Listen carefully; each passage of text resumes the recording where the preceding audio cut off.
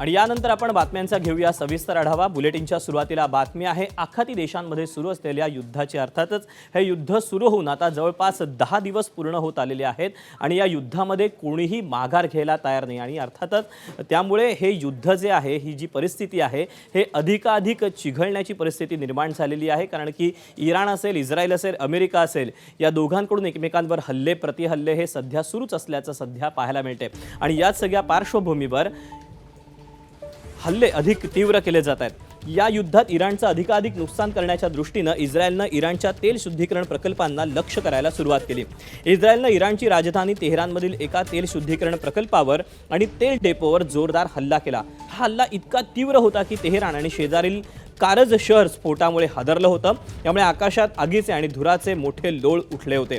Social मीडियावर फिरणाऱ्या व्हिडिओमध्ये या हल्ल्याची दाहकता दिसून येते। या स्फोटांची आग तेलाच्या पाईपलाईनमधून तेहरानच्या अनेक भागांमध्ये पसरल्याचंही सांगितलं जातं। त्यामुळे या हल्ल्यात इराणचं मोठं नुकसान झालं।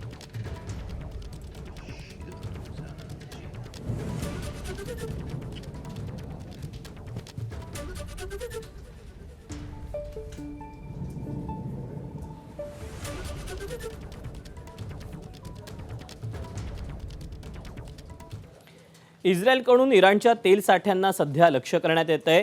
इराणमधले जे काही तेल साठे आहेत ते तेहरानमध्ये प्रामुख्यानं या सगळ्या तेल साठ्यांवर आता मोठा हल्ला हा इस्रायलकडून करण्यात येतो आणि स्वाभाविकच यामुळे आता इराणचं मोठं नुकसान होण्याची जी भीती आहे ती वर्तवली जाते।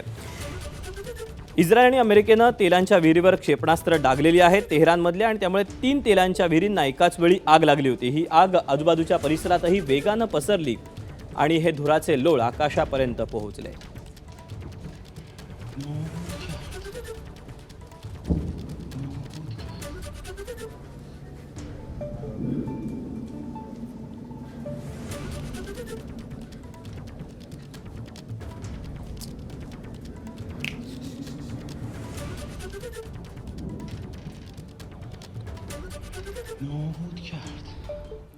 ज्याप्रमाणे इस्रायलने इराणवर हा तेलाच्या विहिरींवर तेलाच्या साठ्यांवर हल्ला केलेला होता, त्याचप्रमाणे आता इराणनं संताप व्यक्त करत इस्रायलच्या देखील तेल साठ्यांवर हल्ला केलेला होता। इराणच्या या हल्ल्याला इस्रायलकडूनही प्रत्युत्तर देण्यात आलं।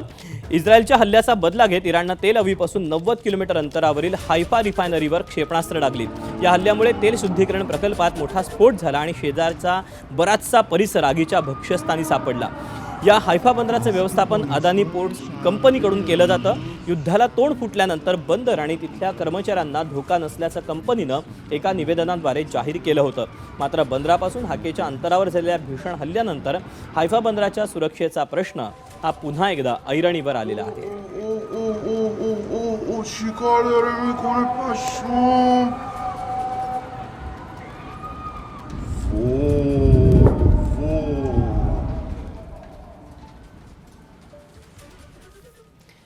आणि एक मोठी आणि महत्त्वाची बातमी या युद्धाच्या पार्श्वभूमीवर हाती येते।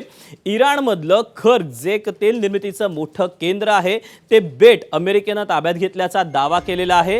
हा ताब्यात घेण्याचा अमेरिकेचा प्लॅन आहे असं बोललं जातंय। खर्ग बेट इराणच्या तेल निर्मितीचं प्रमुख केंद्र आहे। खर्ग बेटावरून इराणमधील 90% तेलाची निर्यात केली जाते आणि त्यामुळे इराणची आर्थिक कोंडी करण्याचा हा पुढचा प्लॅन अमेरिकेनं आखलेला आहे।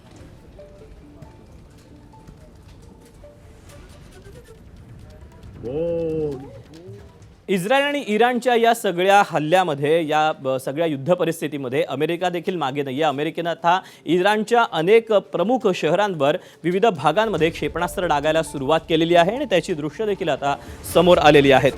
एकाच लक्ष्यावर एकाच वेळी 3 ते 4 क्षेपणास्त्र अमेरिकेकडून डागली जात आहेत। त्यामुळे इराणमधील अनेक इमारती आणि घरं उद्ध्वस्त होत आहेत। अशाच एका हल्ल्याचा हा व्हिडिओ अमेरिकेकडून शेअर करण्यात आलेला आहे।